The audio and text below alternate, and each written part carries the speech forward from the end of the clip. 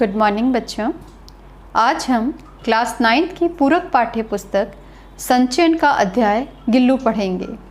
गिल्लू नामक ये रचना लेखिका महादेवी वर्मा द्वारा रचित है। महादेवी वर्मा छायावाद का एक प्रमुख स्तंभ है, छायावाद की एक प्रमुख कवयित्री है। इस रचना के माध्यम से लेखिका ने बताया है कि मूक जीव जंतुओं पशु पक्षियों के प्रति हमारा कर्तव्य क्या है, हमारा दायित्व क्या है और किस प्रकार से प्रत्येक जीव, चाहे वह कोई भी हो, स्वच्छंद और मुक्त रहकर ही अपना पूरा विकास कर सकते हैं। तो आइए जानते हैं कि लेखिका ने गिल्लू के बारे में क्या वर्णित किया है। लेखिका लिखती है कि एक दिन जब उन्होंने सोनजोई की लता में पीली कली खिली हुई देखी, उन्हें गिल्लू का स्मरण हो आया, जो अब उनके जीवन का हिस्सा नहीं रहा, लेकिन 2 वर्ष तक वो उनके जीवन का अभिन्न अंग था। लेखिका स्मरण करते हुए कहती है कि यह सोनजोई की लता गिल्लू का प्रिय स्थान थी। यहाँ की हरितिमा में छिपकर वह अक्सर लेखिका को चौंकाया करता था। इसके साथ स्मरण हो आता है लेखिका को कि गिल्लू का उनके जीवन में आगमन कैसे हुआ था। लेखिका बताती है कि एक दिन प्रातःकाल जब वह अपने कमरे से उठकर बरामदे की तरफ आ रही थी, तब बरामदे में रखे हुए गमलों के पास 2 कौवे कुछ ढूंढते हुए नजर आए। जब उन्होंने समीप जाकर देखा तो वहाँ पर गिलहरी का एक बच्चा घायल अवस्था में पड़ा था, जो बिल्कुल मरना अवस्था में था। सभी सदस्यों ने कहा कि ये नहीं बचेगा, इसे इसी अवस्था में रहने दिया जाए, लेकिन लेखिका का मन नहीं माना। उन्होंने उसे होले से उठाया, कमरे तक ले गई, उसके घावों को पोंछा, उस पर मलहम लगाया और रुई की पतली बत्ती बनाकर उसे दूध पिलाने का प्रयास किया। हालांकि एक बार यह प्रयास असफल रहा, लेकिन घंटों मशक्कत करने के बाद लेखिका सफल रही और धीरे धीरे गिल्लू स्वस्थ होने लगा। स्वस्थ होने के साथ साथ वह लेखिका के प्रति आश्वस्त भी हुआ और लेखिका की अंगुली पकड़कर अपना विश्वास भी प्रकट करता था।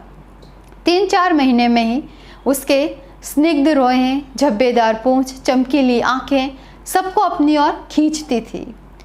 लेखिका बताती है कि गिल्लू भले ही छोटा सा जीव था, लेकिन समझदारी में किसी से कम नहीं था। लेखिका कहती है कि जब वह लेखन कार्य करने में व्यस्त होती, तब उसका ध्यान आकर्षित करने के लिए वह उनके समीप जाकर सर से पर्दे पर चढ़ता और उतरता था, और तब तक ऐसा करता जब तक लेखिका उसे उठाकर अपने पास न रख लेती। लेखिका उसे एक लंबे लिफाफे में डाल देती और इस प्रकार रखती कि उसके आगे के 2 पंजे बाहर की तरफ रहे, गर्दन बाहर की तरफ रहे, और इस प्रकार से वह जो है दीवार के सारे घंटों खड़ा रहता। जो भूख लगती, चिक चिक की आवाज़ करती, तो लेखिका उसे काजू खिला देती, जो कि उनका प्रिय खाद्य पदार्थ था। लेखिका बताती है कि गर्मियों के दिनों में भी जब लेखिका लेखन कार्य कर रही होती और गिल्लू को उनके समीप भी रहना होता, तब वह मटकी या सुराही के ऊपर जाकर लेट जाता। उसकी ठंडक उसे प्राप्त होती रहती और वह लेखिका का भी सामीप्य प्राप्त कर लेता। लेखिका बताती है कि हालांकि उनके बहुत सारे पालतू जीव जंतु थे, लेकिन कोई भी इतना अधिक उनके नज़दीक नहीं था कि जो उनके साथ भोजन कर सके। गिल्लू इसका अपवाद था। वह भोजन के समय लेखिका की थाली के पास पहुंच जाता। लेखिका ने बड़ी मुश्किल से उसे वहाँ बैठना सिखाया था। वहाँ बैठकर वह एक एक चावल का दाना बहुत सफाई से खाया करता था। लेखिका कहती है कि उसके रहने के लिए उन्होंने अपनी एक फूलों की डलिया को खाली कर उसमें रुई लगाकर उसे एक झूले का आकार देकर खिड़की से लटका दिया था, ताकि वह उस पर आराम से रह सके। लेखिका कहती है समय बीतता चला जाए और इस प्रकार गिल्लू के जीवन का प्रथम बसंत आया। बाहर से भीनी भीनी फूलों की खुशबू अंदर आने लगी, जो गिल्लू को अपनी ओर आकर्षित करती थी। साथ ही बाहर की गिलहरियाँ जो खिड़की के पास आकर न जाने क्या चिक चिक करके गिल्लू को कुछ कहती, और गिल्लू बड़े ध्यान से उनकी तरफ देखा करता। उस समय लेखिका को महसूस हुआ कि इसे मुक्त करना आवश्यक है। हालांकि लेखिका ने केवल गिल्लू के बचाव के लिए उसे कमरे में रख रखा था, लेकिन अब उन्हें ये मुक्त करना आवश्यक लगा। उन्होंने खिड़की की जाली का एक कोना खोल दिया ताकि गिल्लू आराम से बाहर आ जा सके।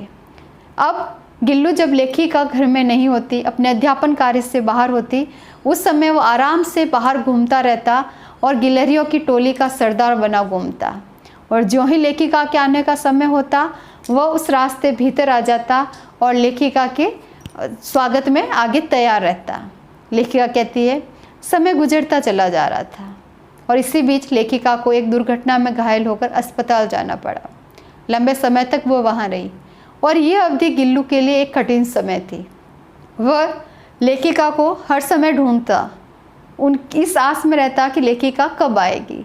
जब भी कोई उनके कमरे का दरवाज़ा खोलता वो दौड़कर पहुंचता, लेकिन लेखिका को न पा निराश होकर पुनः झूले में बैठ जाता। उसे खाने के लिए उसका प्रिय खाद्य काजू दिया जाता, लेकिन वह भी नहीं खाता। और ये बात लेखिका को तब पता चली जब वह स्वस्थ होकर घर लौटी और उन्होंने उसके झूले की सफाई की, तब उसमें काजू भरे हुए मिले। लेखिका कहती है कि जब मैं अस्वस्थ थी तब वो मेरे सिरहाने बैठकर, तकिए के ऊपर बैठकर, सिरहाने बैठकर अपने पंजों से होले होले मेरे सिर में मालिश किया करता था। ऐसे लगता जैसे कोई परिचारिका सेवा कर रही है। इस प्रकार प्रकट होता है कि गिल्लू का उनके साथ संबंध कितना घनिष्ठ बन चुका था। लेखिका कहती है कि समय कब गुजर गया पता ही नहीं चला और 2 साल बीत गए। अब वह समय आ चुका था जो गिल्लू का अंतिम समय था और शायद गिल्लू को इस बात का एहसास हो गया था। इसीलिए उस दिन वो प्रातःकाल से ही कहीं बाहर नहीं गया।